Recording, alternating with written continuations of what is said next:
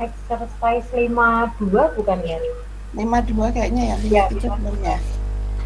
Ya, ya Bu. 52. Oke, mungkin saya lanjut ke 5.3 ya. Ada yang mau ditanyakan nggak sebelum saya lanjut ke 5.3? Memastikan jawaban aja kali ya Bu. Oke, boleh. Yang nomor berapa? Yang terakhir yang kemarin nomor 3, nomor 4, nomor Nomor 134, Bu. ya 134. 134 yang exercise 5.2 ya? Iya. Iya, Bu. Oke, boleh. Silakan siapa yang mau share screen dulu.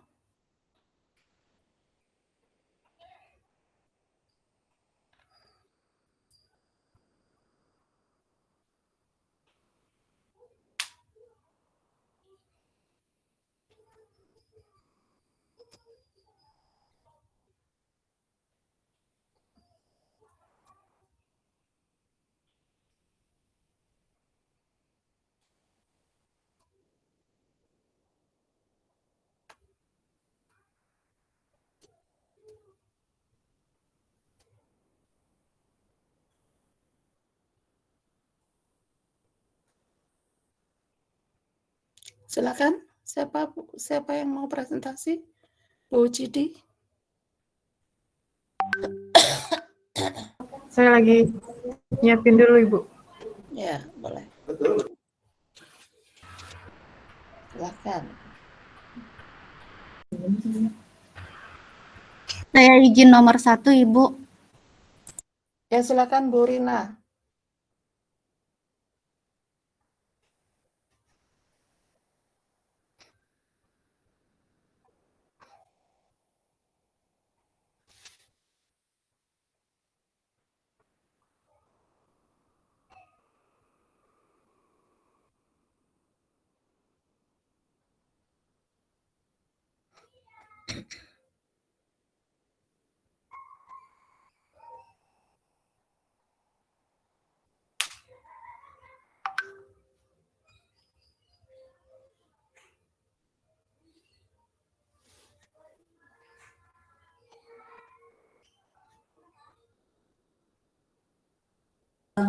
Tidak perlu pakai Jamboard ya, Bu?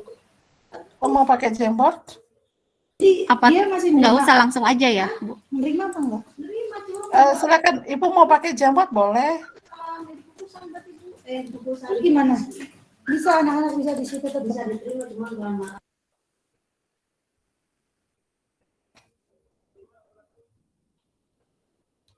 Ini yang dikirim ke saya yang dari Bu Cidi, Bu Nur. Boleh motonya dibalik nggak Bu? Ini horizontal jadi nampilkannya nanti. Baik Bu. Saya ulang. Ibu, mohon maaf internet saya laptopnya ngehang banget, Ibu. Saya mohon izin saya japri ke Ibu juga. Oke, di grup aja Bu, nggak apa-apa Bu. Oh, baik, Ibu.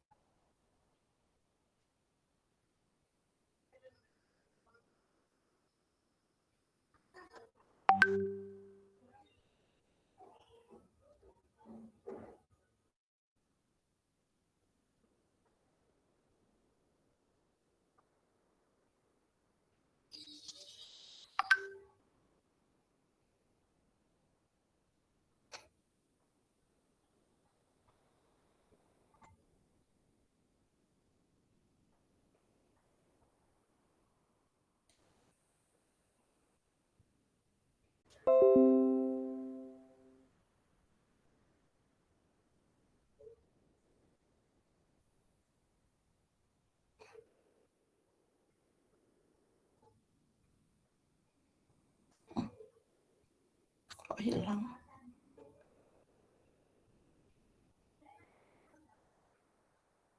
Malah hilang nih. Oh, so.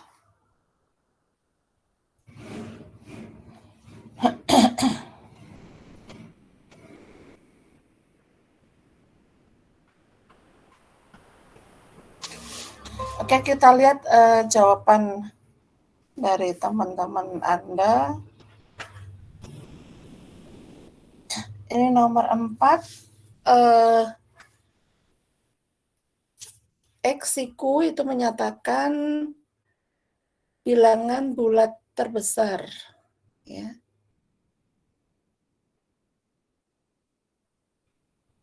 Kemudian yang ditanyakan adalah kekontinuan dari X dikurangi siku X. Kalau dari gambar yang sebelah kiri itu adalah siku X, yang sebelah kanan itu adalah X dikurangi siku X. Jadi ini kontinu kecuali di bilangan bulat. Oke, good. Yang nomor 4 betul ya. Ini nomor 1. Fx sama dengan 1, 0 untuk X elemen Q sama dengan 0 untuk X elemen Q komplement. Sama dengan 0 untuk X elemen Q sama dengan 1 untuk X elemen Q komplement. F plus G kontinu di setiap titik di R, kemudian F plus G sama dengan Fx ditambah Gx. Ya, ini kontinu, tetapi F dengan G-nya kontinu nggak? Continue, Bu. Fg-nya nggak kontinu. F dan G-nya sendiri tidak kontinu. Tetapi F plus G-nya kontinu di seluruh bilangan real. F kali G juga kontinu di seluruh bilangan real. Tetapi antara dua-duanya, baik F maupun G, tidak kontinu di seluruh bilangan real. Yang ini pertanyaannya apa? Benar nggak nih? Nomor 3. Sorry. Nomor 3. Nomor 3, F dan G-nya tidak kontinu, tetapi F plus G sama F kali G-nya kontinu. Oke, berarti ini udah benar ya? Yang ini udah benar. Saya pakai fungsi linear bisa juga ya, Bu? Fungsi linear, coba. Atasnya lagi. Di atasnya lagi.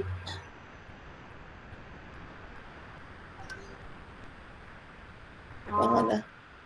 Pertama, ke kiri lagi, Bu. Berarti gambar-gambar sebelumnya. Lagi, Bu. Lagi, Bu. Ke kiri, Bu. Maaf. Nah, atasnya lagi, Bu. Ini. Ya.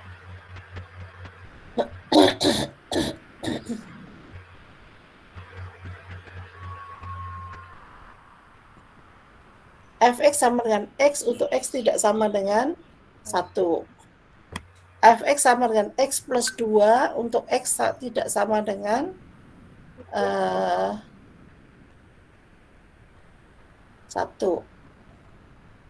Sama dengan 3. Yang F plus G, F dengan G-nya tidak kontinu di 1 ya? Iya. F dengan G tidak kontinu di 1, tetapi F plus G-nya kontinu di 1 dan F kali G kontinu di 1. Oke, bagus. Ya, terima kasih, Bu. Ya, oke, ini juga betul.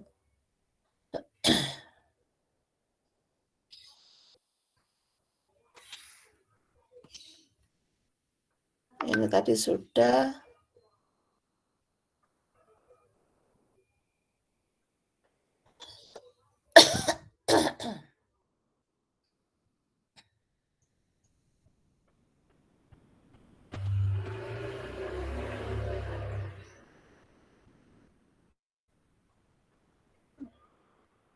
Ini yang nomor 2 ya. Nomor 2 itu pertanyaan nomor 1. Ya? Ini nomor 1, Ibu. Nomor 1 yang ditanyakan apa? Nomor 1 yang ditanyakan menentukan titik kontinunya, Bu. Iya, daerah kontinunya. disuruh menentukan kekontinuan untuk fungsi itu ya. Iya, Bu. Oke, X-nya kalau akar X itu lebih besar 0. Terus nilai dari X plus akar X-nya harus positif. Berarti X-nya harus positif.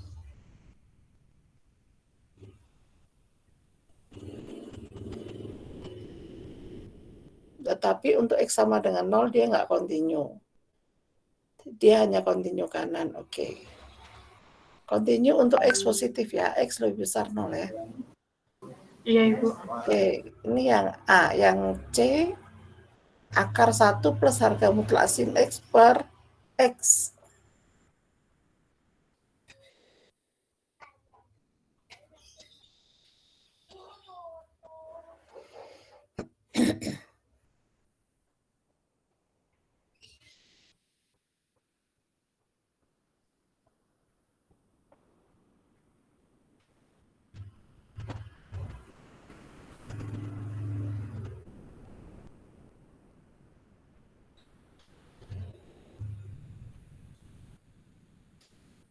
Harga mutlak sin itu pasti lebih besar 0 ya.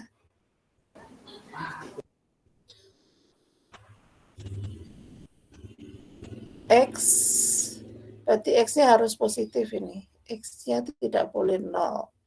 X-nya positif. Oke, 1 plus nilai yang di atas itu pasti 0 sampai 1. Yang di bawah positif. Continue di X positif. X positif ya? Iya, Ibu. Oke, good. Kemudian yang D, cos akar 1 plus X kuadrat. Cos apapun pasti continue. Bilangan real pasti continue. 1 plus X kuadrat bilangan real. X-nya apapun, X-nya bilangan real. Kenapa R plus gabung 0? Kenapa R plus gabung 0 itu? Karena kan setiap yang bilangan X di cos 0 itu kan selalu positif ya, Bu. Terus ditambah sama bilangan atau enggak perlu itunya. Enggak, X-nya kenapa R plus? Continue di R plus kenapa? Pertanyaan saya kenapa? Karena di sana ada akar X, kan saya masukkan nilai F1-nya itu sebagai cos X. Terus kemudian saya buat lagi kalau misalnya F2-nya itu akar X gitu. Sedangkan X-nya itu kan cos X. Iya. Karena di sana di F2-nya itu ada akar X, jadinya X-nya itu harus lebih dari 0. Boleh sama dengan ya, Bu ya? Ya sih, boleh. Salah ya, Bu? Tapi di situ X-nya kan X kuadrat. X kuadrat kan selalu positif bilangan real kan?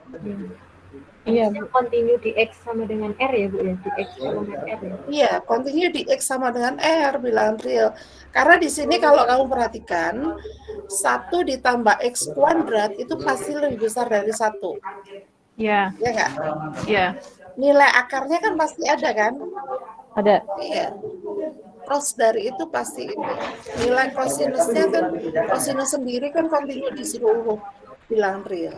Jadi ini continue di seluruh bilangan real. Ya. Baik, Bu.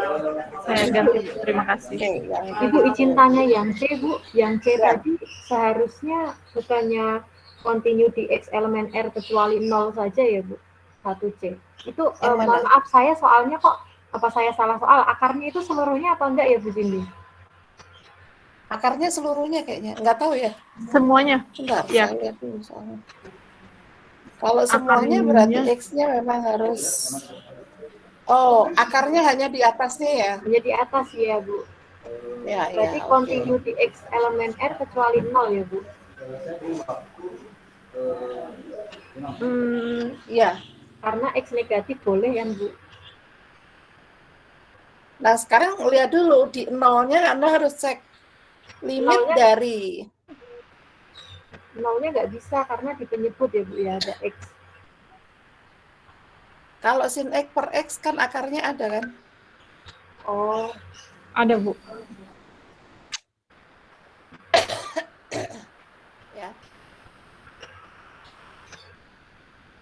Nanti Oh, iya, dicek ya. lagi untuk yang X sama dengan 0 ya. Berarti Iya, Bu. ini tadi yang Ibu tadi ini salah ini ya soalnya ya. Silakan dibetulkan. Baik, Ibu. Terima kasih. Oke, ya. Bentar.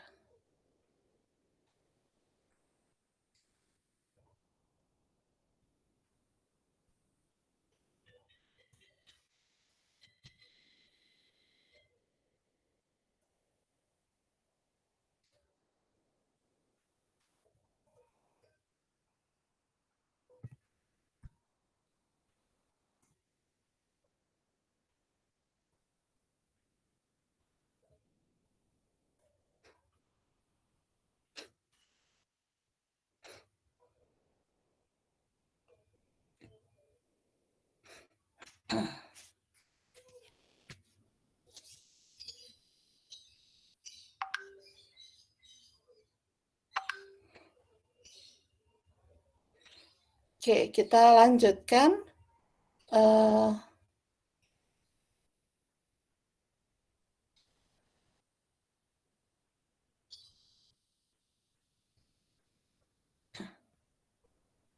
Kita lanjutkan di 5.3 ya.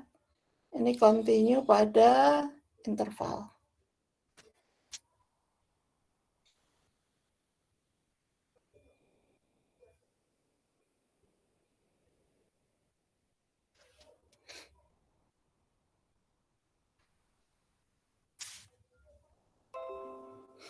Sudah terlihat?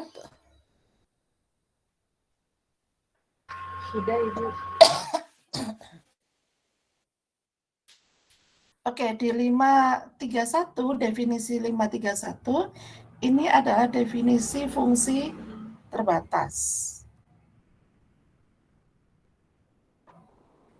Ya, ini fungsi terbatas pada A jika terdapat konstanta M sehingga fx kurang sama dengan A.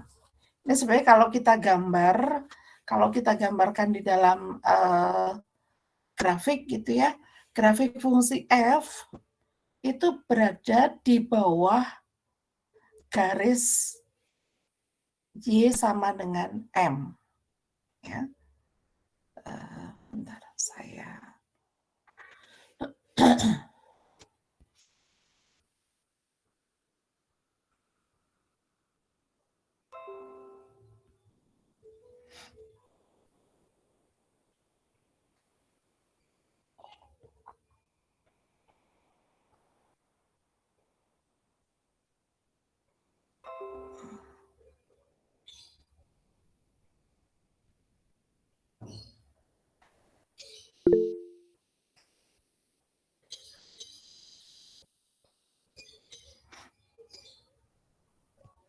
Jadi kalau ini saya punya ini Y sama dengan M. Grafik fungsinya itu ada di sini. Di bawah garis Y sama dengan M. Maka fungsi ini adalah fungsi yang terbatas karena dibatasi oleh grafik Y sama dengan M. Ya.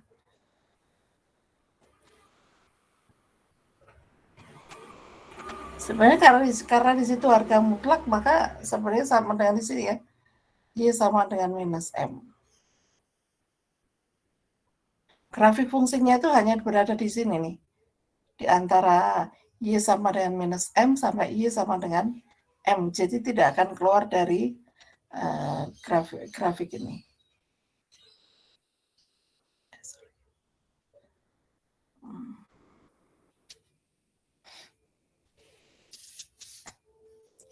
Nah, sebenarnya terbatas itu gunanya untuk apa sih? Kita tahu fungsi terbatas itu gunanya untuk apa?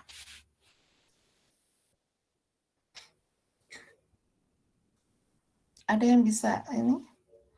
Kalau saya punya fungsinya terbatas, itu tadi kan saya sudah gambarkan ya. Kalau dia terbatas, maka grafiknya itu berada pada Y sama dengan minus M dan Y sama dengan M.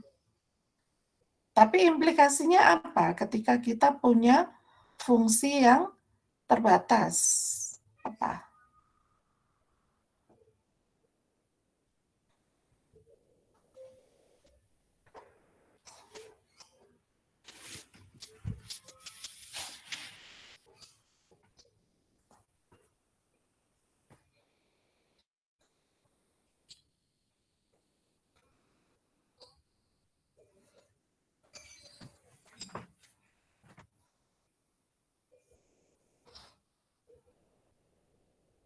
Apa?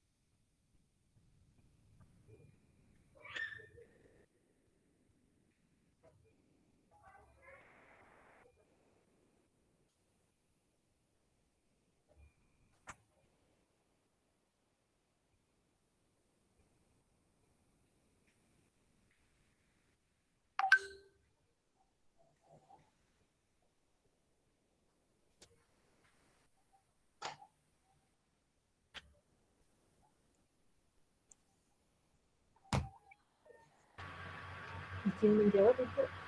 Boleh, silakan.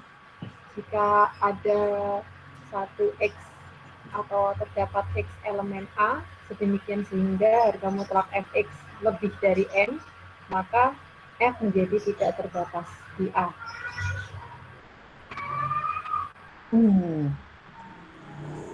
Itu ini ya. Makna lain.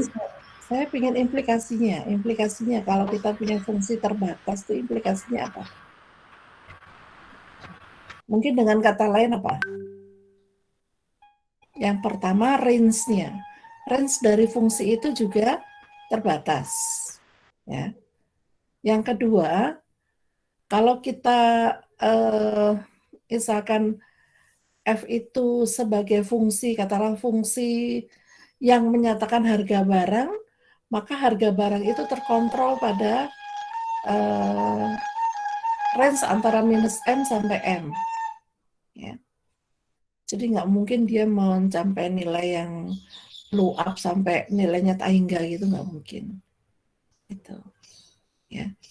Nah ini sebenarnya nanti kalau kita bicara masalah apa di ekonomi, matematika ekonomi, kalau F-nya menyatakan fungsi harga barang gitu ya, harga barang itu akan stuck, nilai maksimum tuh nggak bisa mencapai di atas M gitu ya. Oke, ada yang mau ditanya lagi?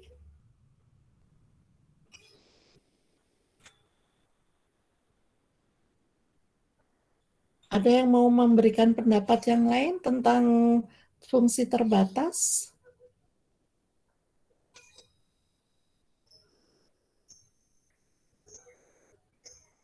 Oke, tidak ada.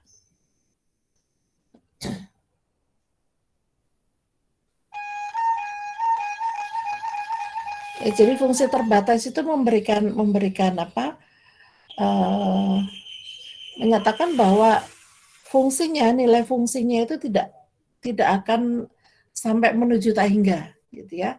Nilai fungsinya itu dibatasi oleh nilai tertentu, jadi nggak akan blow up. Oke. Nah, sekarang kita lihat 532. Boundedness theorem di sini mengatakan kalau I adalah interval tutup AB, interval tutup A, B, Intervalnya terbatas dalam arti AB-nya terbatas, AB-nya bounded gitu ya. F dari I ke R continue pada I, maka F terbatas pada I. Artinya apa? Artinya apa? F terbatas pada I artinya apa?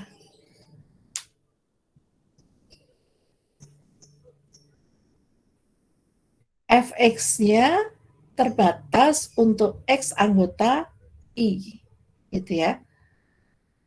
Jadi Fx terbatas untuk X anggota I.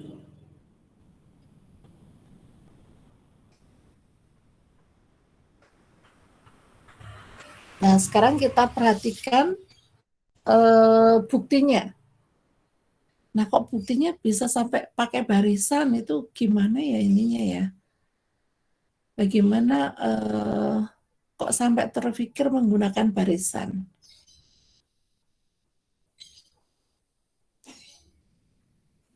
Di sini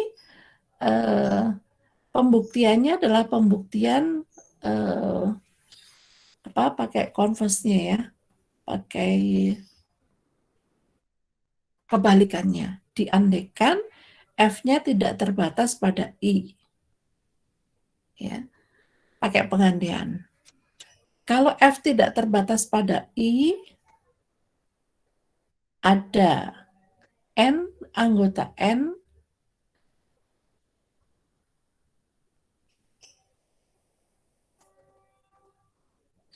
untuk setiap N anggota N terdapat XN di I, sehingga Fxn-nya lebih besar dari N.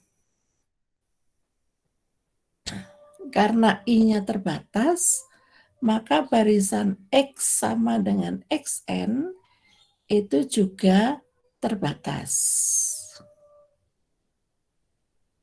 Ya, I-nya terbatas, maka Xn-nya juga terbatas. Xn-nya karena pada I ya, Xn-nya pada I, maka Xn-nya terbatas. Nah, sekarang kita menggunakan teorema Bolzano-Weierstrass. Bolzano-Weierstrass mengatakan apa? Kalau kita punya barisan yang terbatas, maka punya subbarisan yang konvergen. Ya. Kita punya Xn di sini barisan yang terbatas. Maka menurut si Bolzano-Weierstrass, kita punya subbarisan XNK ini, barisan XNK ini yang konvergen ke X, gitu ya. Nah, sekarang karena I-nya tertutup, maka X aksen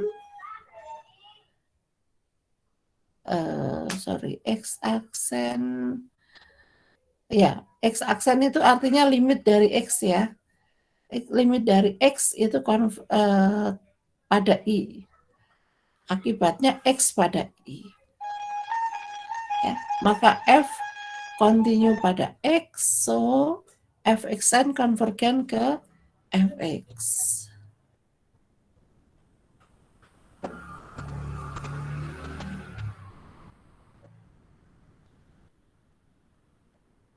Ya, karena di sini Xn konvergen ke X, Fxn-nya konvergen ke Fx, maka akibatnya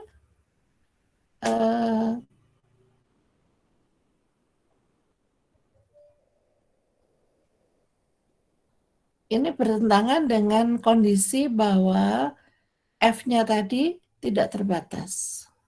Ya. Nih, karena di sini kalau Xn konvergen ke X mengakibatkan Fxn konvergen ke Fx. Ini hanya terjadi kalau F-nya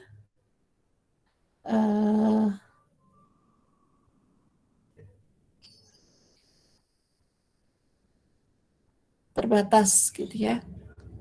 Padahal di sini F-nya tidak terbatas. Ya. Ini bertentangan dengan pengandaian yang tadi ya.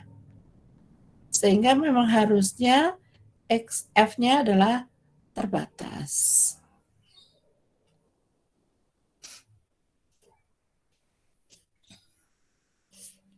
Nah, sekarang coba perhatikan di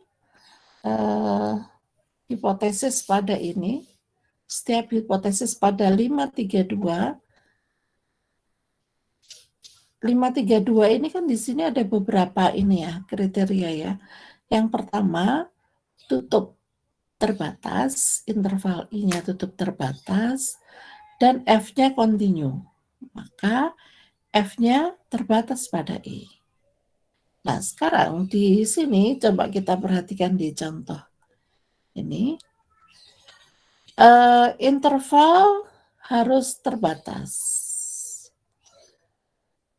Kemudian Fx sama dengan X. Untuk X adalah pada interval 0 sampai tak hingga. 0 sampai tak hingga tak terbatas ya. Kemudian continue but not bounded.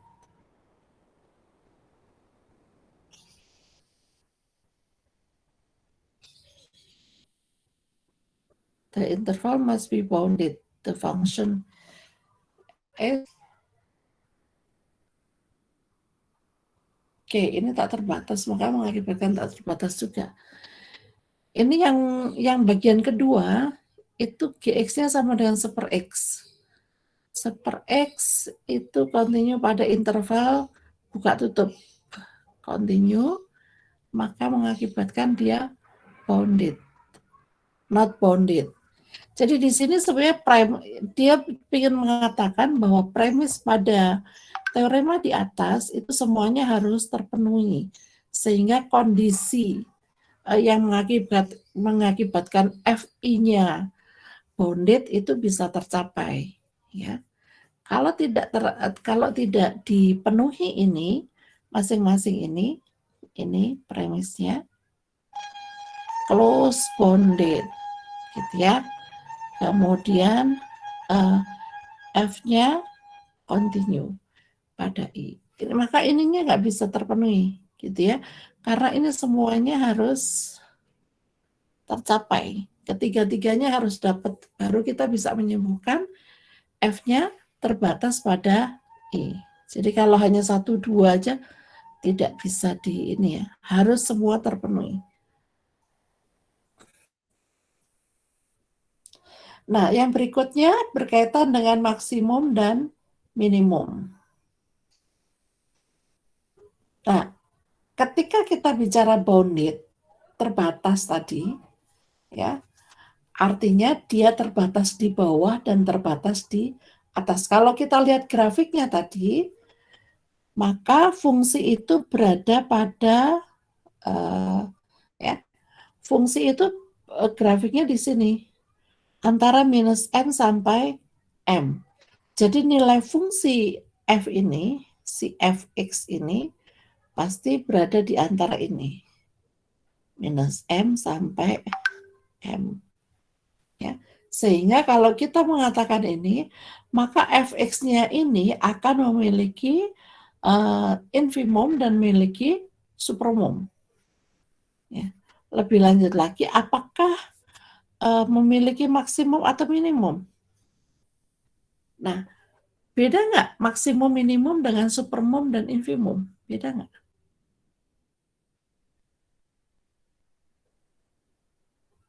Mana Bapak Ibu?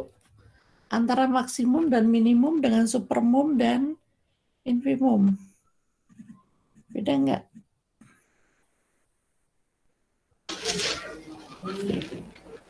Berbeda, Ibu.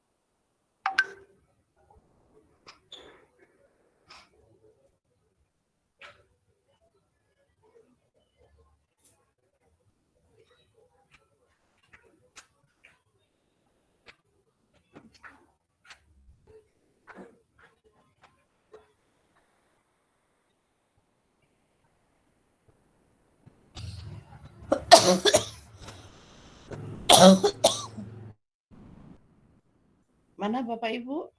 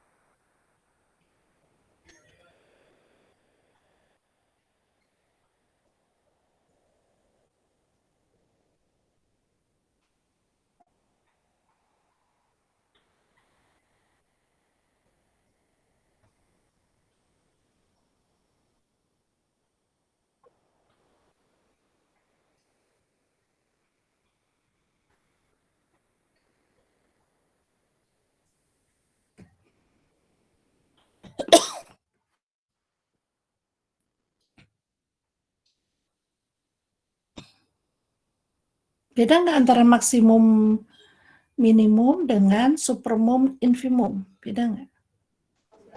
Berbeda Ibu. Berbeda. Bedanya gimana?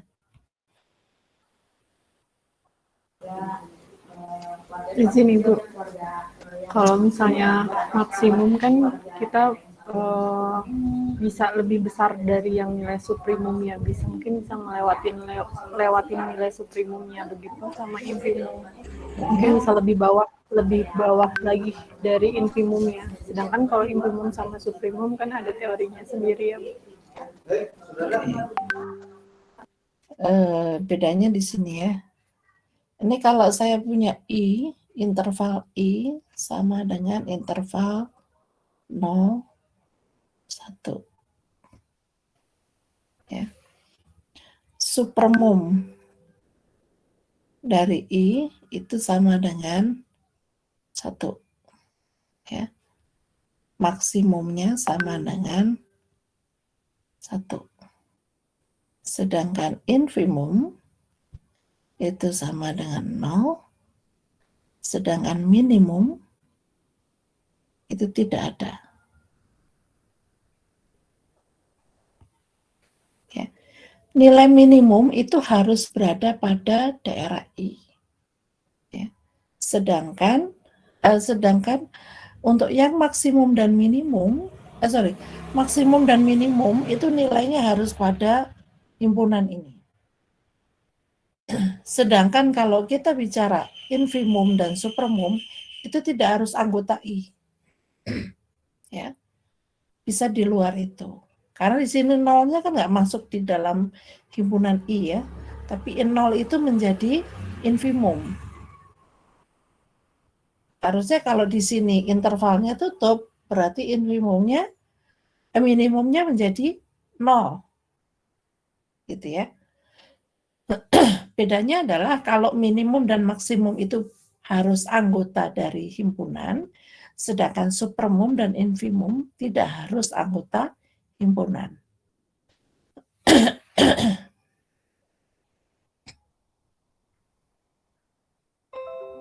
Oke. Oke, sekarang kita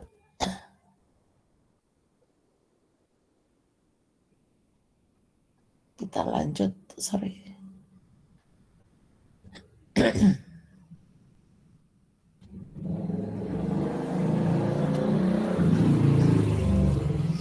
Oke, sekarang apa hubungannya antara maksimum dan minimum dengan tadi konsep bounded tadi, ya?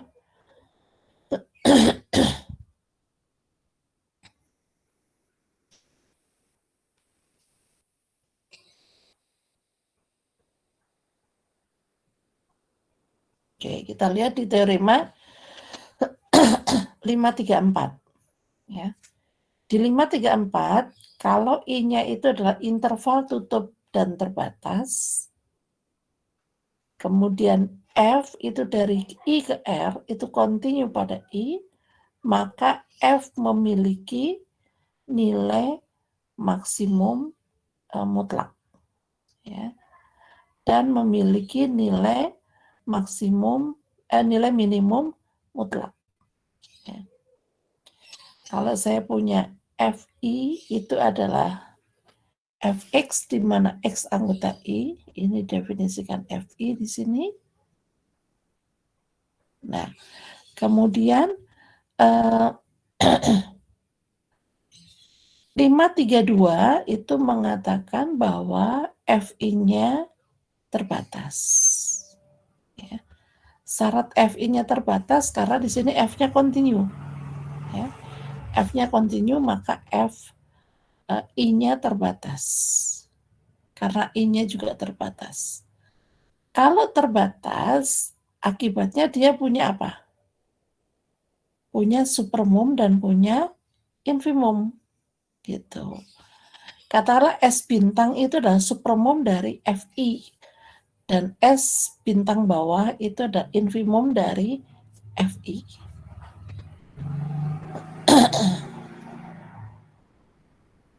Nah, kita akan menunjukkan bahwa ada X bintang atas dan X bintang bawah pada I, sehingga S bintang atas itu sama dengan Fx bintang atas dan S bintang bawah sama dengan Fx bintang bawah. Kita akan menentukan eksistensi dari titik X bintang atas. Untuk yang X bintang bawah mungkin bisa dicoba sendiri ya Anda ya. Nah, S bintang atas tadi adalah supermum dari Fi. Ya. Karena dia supermum, maka ada kalau kita punya super N anggota N, N anggota N, maka S bintang dikurangi super N itu bukan batas atas. Ya. Karena bukan batas atas, maka ada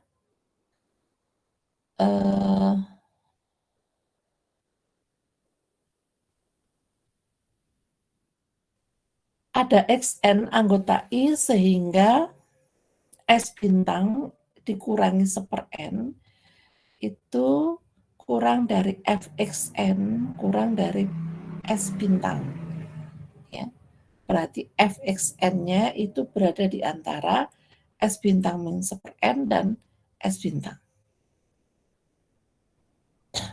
Kemudian karena I-nya terbatas, maka terdapat barisan Xn terbatas.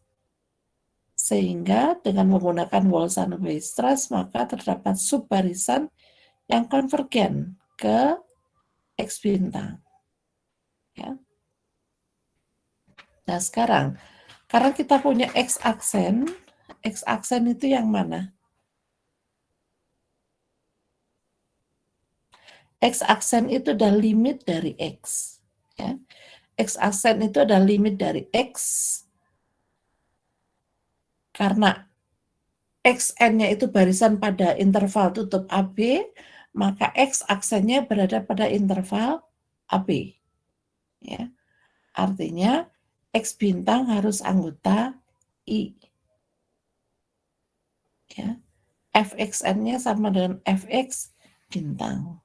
Ya, ini sudah menunjukkan bahwa ada X bintang, sehingga Fx bintang sama dengan X bintang atas, sama dengan supermum Fi.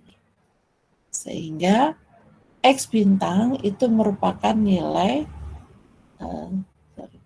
X bintang itu akan merupakan nilai dari maksimum mutlak, ya.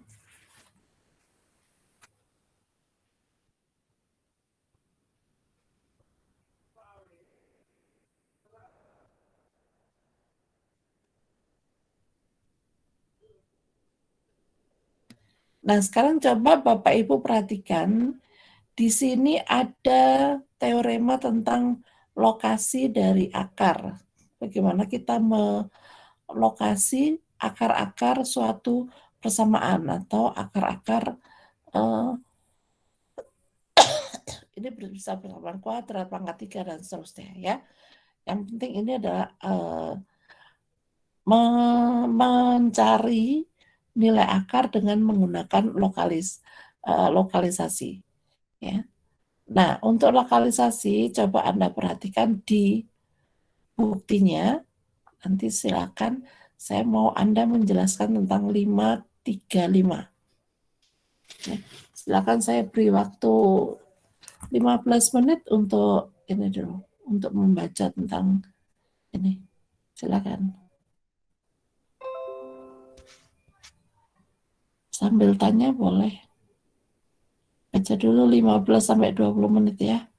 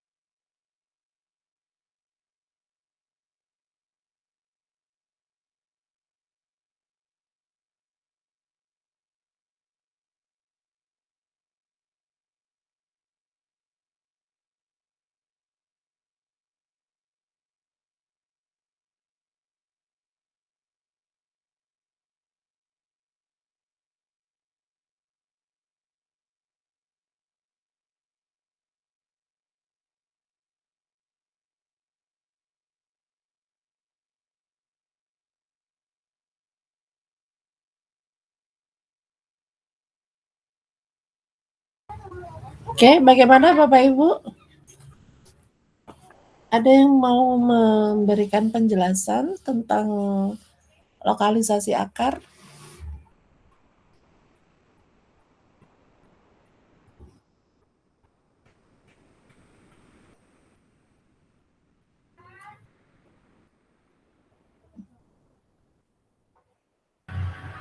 Boleh saya coba, Ibu?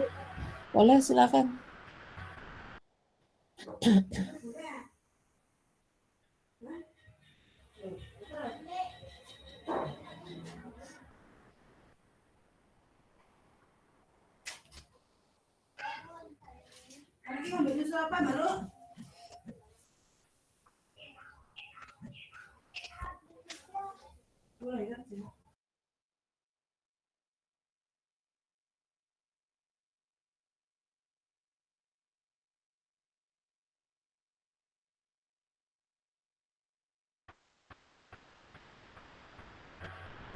Apakah sudah terlihat, Ibu Bapak, PowerPoint? Sudah Ibu. Ya, ini saya mencoba untuk menjelaskan yang 535, location of roots theorem. Gambarnya saya ada 3. Gambar pertama, di sini jika saya punya fungsi f pada A sampai B, interval tutup A sampai B, kemudian dengan FA-nya kurang dari 0 dan FB-nya lebih dari 0, seperti ini, FA kurang dari 0, kurang dari FB, kemudian jika nilai P itu setengah dari A plus B, itu berada tepat di tengah-tengah, dan nilai FP-nya sama dengan 0, maka pekerjaan kita selesai. Kita temukan akar dari F tersebut. Kemudian di gambar kedua, apabila setengah dari A plus B atau nilai P-nya tersebut lebih dari 0, maka kita set himpunan baru, yaitu himpunan pada interval tutup A sampai P, I2, di mana I2 subset dari interval tutup AB. Nah, kemudian dari set himpunan yang baru ini, AP ini, kita bisa bagi 2 lagi. Jika pembagian 2 ini mendapatkan hasil 0, maka selesai. Itu kita lakukan secara terus-menerus. Tetapi di gambar ketiga ini, jika yang kita tetapkan sebagai P setengah A plus B itu kurang dari 0, maka kita set himpunan baru, yaitu I3 dengan interval P sampai B, di mana P sampai B itu subset dari AB. Jika yang kita temukan, maaf, saya harusnya pakai huruf lain nih. Saya pakai huruf lain, bukan P ya. Ini maksud saya K misalnya, ini L, jadi ini setengahnya ya, setengahnya itu di sini, ini K, ini L, itu. Maka jika setengahnya dari PB, L itu setengah PB, setengah dari P plus B, itu hasilnya 0, maka selesai. Nah, di sini tadi berarti jika K-nya itu setengah dari A plus P. Nah, demikian untuk penjelasan tentang location of root theorem jika bukan menggunakan barisan. Nah, apakah sampai sini atau saya lanjutkan ke barisan dulu kita?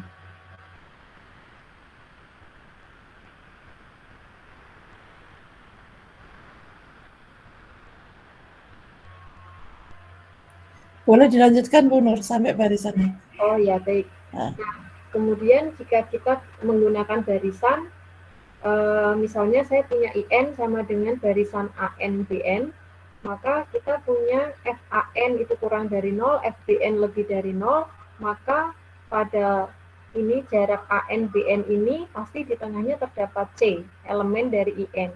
Nah, panjang dari BN min AN ini kita perkecil hingga limitnya hasilnya 0. Jadi kita perkecil terus si BN min AN ini sampai mendekati titik ini yang saya tuliskan ini. Kemudian berdasarkan sifat limit, maka limit BN min limit AN sama dengan 0, limit BN sama dengan limit AN itu hasilnya C yang kita terdapat bilangan tadi. Nah, karena F continue, maka limit FBN sama dengan limit FAN sama dengan FC. Nah, karena FAN itu kurang dari 0, maka limit FAN kurang dari sama dengan 0 dan limit FBN-nya lebih dari sama dengan 0. Akibatnya limit FAN sama dengan limit FBN yang tidak lain sama dengan FC itu bernilai 0. Terima kasih, Ibu. Saya tutup atau Ya, silakan ditutup. Nah, proses pembuktian yang ada di teorema ini digunakan untuk lokalisasi akar. Jadi akar-akar persamaan kalau kita menggunakan numerik ya, kalau kita menggunakan numerik, kita menggunakan proses ini untuk menentukan akar dari persamaan. Itu yang disebut dengan metode Newton-Raphson. Kalau Bapak Ibu dulu waktu S1 belajar metode numerik, ada metode Newton-Raphson untuk menentukan akar dari persamaan kuadrat. Nah, ini metodenya seperti ini. Kita lokalisasi akarnya. Ya. Kita cari yang nilainya negatif, yang positif. Berarti di antara nilai positif dan negatif tadi, pasti ada yang nilainya 0. Tapi kita nggak tahu ada di mana. Bagi lagi 2. Mana yang positif dan negatif, bagi lagi 2, dan seterusnya. Ya. Dan ini metodenya digunakan untuk melokalisasi akar. Ya. Oke. Sebenarnya metode seperti ini juga digunakan ketika dalam kehidupan sehari-hari gitu ya. Katakanlah kita mau menemukan lokasi tambang gitu ya. Kalau lokasi tambang biasanya kan ada deteksi untuk di titik mana sih yang paling banyak gitu ya. Dia mau ngebor daerah mana. Jadi di situ nanti dicari, oh ternyata di sini saya nggak tahu ininya apa, alatnya itu seperti apa, tapi yang jelas dia mendeteksi berapa jumlahnya di titik-titik tertentu. Tentu kita tidak semuanya mendeteksi ya. Kita mungkin ambil beberapa titik. Oh, tadi dari beberapa titik ternyata yang paling banyak itu daerah sana. Ya ini di skip, enggak. Di sana lagi dibagi lagi beberapa daerah. Dicek ada mungkin beberapa daerah gitu ya. Mana yang paling banyak itu diambil, yang lain di skip dan seterusnya. Nah, itu yang dilakukan untuk menentukan lokalisasi akar. Ya. Oke, baik. Mungkin untuk kuliah hari ini cukup sampai di sini. Kita lanjutkan lagi kuliah kita minggu depan. Terima kasih semuanya. Assalamualaikum warahmatullahi wabarakatuh. Waalaikumsalam warahmatullahi wabarakatuh. warahmatullahi wabarakatuh. Terima kasih, Ibu. Ya, Waalaikumsalam warahmatullahi wabarakatuh. Terima kasih, Ibu.